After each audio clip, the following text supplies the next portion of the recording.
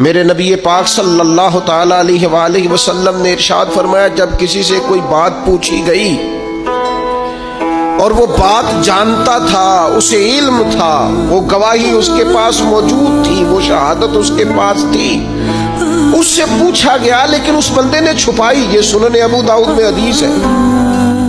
اللہ کے محبوب فرماتے ہیں قیامت کے دن اس بندے کے منہ میں اللہ آگ کی لگام ڈال دے گا۔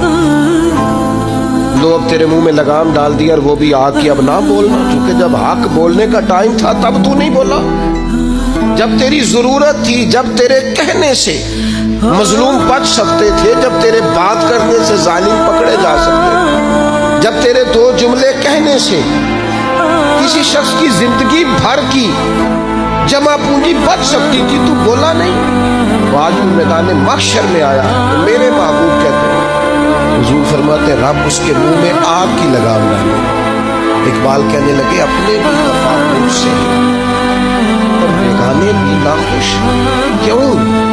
میں کہتا ہوں وہی بات سمجھتا ہوں جسے یہ میری مجبوری ہے کہ میں نے ہمیشہ حق کہا ہے، تو اپنے بھی خفا مجھ سے ہے اور بیگانے بھی ناخوش۔ سب جگہ پہ میں ملامتی ہوں، ہر شخص میرے بارے میں رائے دیتا ہے کہ بڑا سخت گیر آدمی ہے، بڑے مزاج کے اندر شدت پائی جاتی ہے، کیوں؟ کہ کہتا ہوں وہی بات سمجھتا ہوں جسے